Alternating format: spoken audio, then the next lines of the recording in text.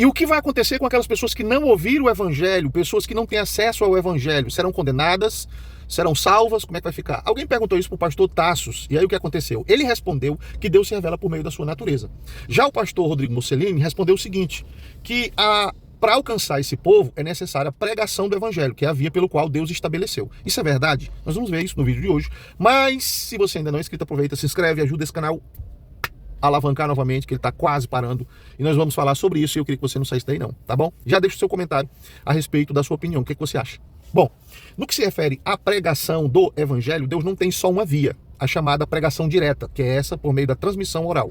Ou por meio de uma escrita, por meio, enfim, essa pregação que passa uma mensagem em si. Deus não tem só ela. Embora alguns pregadores tenham as suas limitações com relação a crenças relacionadas a ações divinas. Então, eles têm uma certa dificuldade de acreditar. Mas nós temos aqui provas cabais que podem, de fato, mostrar esse fenômeno. Por exemplo, vou mostrar biblicamente. Atos capítulo 9. Quem pregou para Paulo?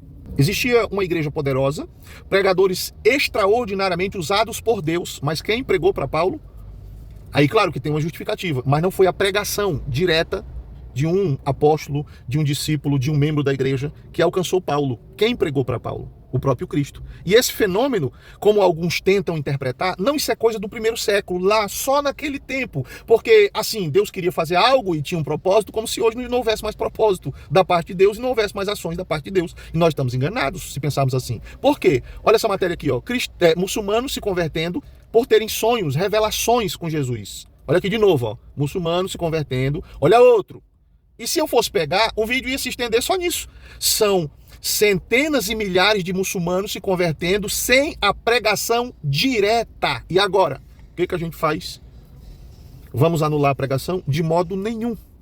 De maneira nenhuma. Mas vamos desconsiderar que há possibilidade de conversão sem a pregação direta? Há possibilidade. Provamos aqui que há. Não há como contestar isso. Eu não posso limitar a Deus.